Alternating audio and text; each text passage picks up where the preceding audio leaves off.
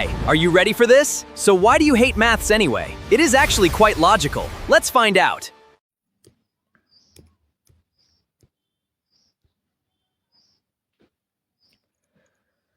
So hello students, मेरे channel में आपका स्वागत है. So as you can see in the screen, in this video, I am going to welcome you to the world of sets. The questions like what is set, why study set is going to be answered in this video. Please be patient and watch this video to the end. So let us start. So पहले तो हम इस question का answer निकालेंगे कि sets क्यों पढ़ते हैं हम. ओके, सेट्स क्यों पढ़ते हैं. तो पहली बात तो ये है कि सेट्स जो है they form the foundation to many higher mathematics field. बहुत सारे हायर मैथमेटिक फील्ड्स हैं जहाँ पे सेट्स बहुत वाइडली यूज होता है. और उसका कारण the reason is they are very basic and easy to use and not just mathematics, उनको मैथ से भी बाहर यूज़ करते हैं beyond mathematics like computer science. फिर कई सारे प्रॉब्लम सॉल्विंग जो सब्जेक्ट्स हैं उनमें सेट्स वाइडली यूज़ होता है. और दूसरा कारण ये है कि ये बहुत ही अच्छा तरीका है ताकि आप इंफॉर्मेशन को ऑर्गेनाइज कर सकें और फिर उसको ईजिली पढ़ सकें. Okay, so these are the reasons why study sets. तो अब मैं कितना भी मुंह से बोल लूँ आपको उतना अच्छे से समझ नहीं आएगा, है कि नहीं. So what I will do is I will bring a real life example hair. मैं एक बहुत ही अच्छा सा एग्जाम्पल समझाऊंगा आप सबको, तो आपको पता चलेगा कि सेट्स कैसे हमारी लाइफ को इजी करता है. ठीक है, तो चलिए देखते हैं. ये रहा जो एग्जाम्पल मैंने बनाया था, द सुपरमार्केट चैलेंज. तो क्या होता है ना, ये जो इंसान आपको दिख रहा है इसका नाम है रामू. इसका नाम है रामू. तो रामू को क्या है, उसे सुपरमार्केट जाना है और बहुत से सामान खरीदने हैं उसको. All the daily basic needs, जैसे कि टूथब्रश हुआ, फिर क्या, फेस क्रीम हो गया, फिर सोप हो गया जिससे आप नहाते हैं. तो ये सब चीज़ें और भी कई सारी चीज़ें उसको खरीदने सुपरमार्केट जाना है. और सुपरमार्केट आपको पता ही होगा, ये एक ऐसा बड़ा सा बिल्डिंग है, कॉम्प्लेक्स, जिसके अंदर हर चीज़ मिलती है जो भी चाहिए आपको. टूथब्रश से लेके स्कूल यूनिफॉर्म से लेके ड्रेस से लेके सब्जी से लेके चॉकलेट्स, हर चीज़ मिलते हैं वहाँ पे. तो इसीलिए रामू उधर जाएगा, हर चीज़ एक साथ खरीद के लाएगा ताकि अलग अलग बाजार में जाना ना पड़े. ओके, और ये क्यों कर रहा है, ताकि वो अपना टाइम बचा सके, है कि नहीं. इसीलिए तो वो इधर आया है जहाँ सब चीज़ एक साथ मिल जाएगा. तो अभी क्या आप सोच सकते हैं कि इतना सारा चीज़ याद रखना इजी तो नहीं होगा, है कि नहीं. वो इतना सारा सामान खरीदने जाएगा. Is it easy to remember all of it? No, right. So what solution can you give to Ramu? बहुत ही ऑब्वियस सॉल्यूशन है, और वो सॉल्यूशन है कि एक शॉपिंग लिस्ट बना लेना चाहिए, है कि नहीं. शॉपिंग लिस्ट एक बहुत ही फेमस, जो बच्चे भी यूज़ करते हैं और बच्चे भी जानते हैं कि एक ऐसा लिस्ट बनाओ जिसमें आपके सारे ज़रूरी सामान का नाम लिखा होगा. आप दुकान में जाके उसे पढ़ते पढ़ते खरीद लेना या दुकानदार को देना. सुपरमार्केट में खुद ही खरीदना होता है. So okay, good idea. So let's go. तो इस लिस्ट को लेकर रामू सुपरमार्केट आ गया. ओके, तो अभी देखते हैं कि सुपरमार्केट का स्ट्रक्चर कैसा है. सुपरमार्केट में जो सेकंड फ्लोर है उधर ग्रोसरी फूड आइटम्स है. थर्ड फ्लोर में ड्रेसिंग और क्लोथिंग, कपड़े का सामान है. और टॉप फ्लोर में है स्टेशनरी, हेल्थ केयर. ओके, काफ़ी सिंपल है. तो अभी रामू ने क्या सोचा कि सीधा टॉप फ्लोर जाएगा, उसके बाद नीचे आते आते बाकी सामान भी ले लेगा। अच्छा आइडिया है कि नहीं? तो फिर क्या हुआ, उसका शॉपिंग ट्रिप शुरू हुआ। रामू गया टॉप फ्लोर में। रामू गया टॉप फ्लोर में। उसने अपने सामान कलेक्ट करना शुरू कर दिया। जैसा उसके शॉपिंग लिस्ट में नाम दिखा, उसने बैग में भर लिया। सो एज ही कीप्स, और जैसे ही उसने खरीद लिया, वो नाम अपने लिस्ट से क्रॉस कर दिया। ओके, जो आइटम खरीद लिया, खरीदा नहीं, मतलब अपने डब्बे में रख दिया, उसको लिस्ट में क्रॉस कर दिया, ताकि बाद में फिर से कंफ्यूजन ना हो कि मैंने ये आइटम लिया है कि नहीं। Right, very basic. तो अब उसे काफ़ी अच्छा महसूस हो रहा था कि कितना अच्छा टेक्निक है, कुछ भी आइटम मिस नहीं हो रहा है। Okay, very good. तो टॉप फ्लोर में काम होने के बाद अब वो आ गया सेकंड फ्लोर में या थर्ड फ्लोर में। वो आ गया थर्ड फ्लोर में। अब थर्ड फ्लोर में आने के बाद उसे सडनली रियलाइज हुआ कि he missed one item back in the top floor, stationery section में। तो क्या होता है ना, क्योंकि उसका लिस्ट इतना लंबा था और इतने सारे आइटम्स थे कि इवन दो वो नाम पर के आइटम्स भर रहा था, स्टिल एक आइटम छूट गया। एक आइटम छूट गया बिकॉज उसका जो लिस्ट था वो एक रैंडम सा लिस्ट था।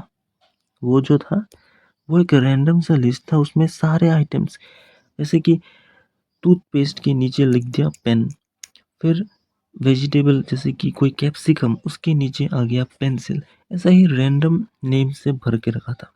तो ऑब्वियस है कि कोई ना कोई नाम तो छूट ही गया होगा। तो अब ये मिस्टेक का सलूशन क्या हो सकता है, क्या आप बोल सकते हैं? इस मिस्टेक का You are under my genjutsu. Now like and subscribe. Solution होगा, क्या पता है?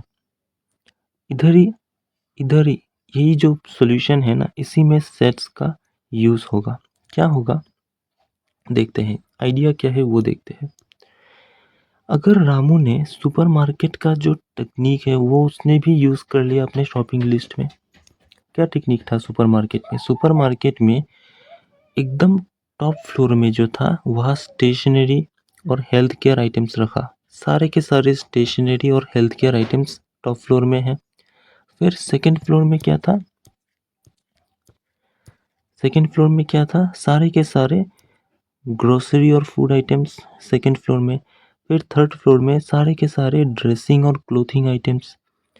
तो रामू ने सोचा अगर यही टेक्निक वो अपने शॉपिंग लिस्ट में भी अप्लाई करे तो कैसा रहेगा।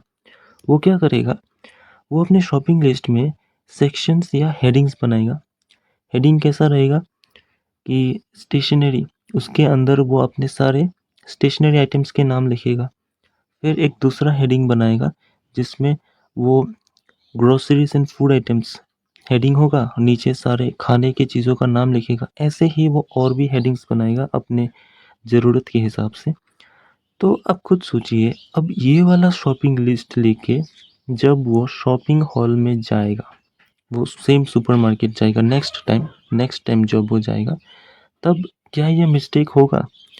अब क्योंकि स्टेशनरी जो एक अलग सेक्शन बना लिया है, एक सेक्शन के अंदर अब कितना ही आइटम्स हो सकता है, मैक्स टू मैक्स 4-5 आइटम्स।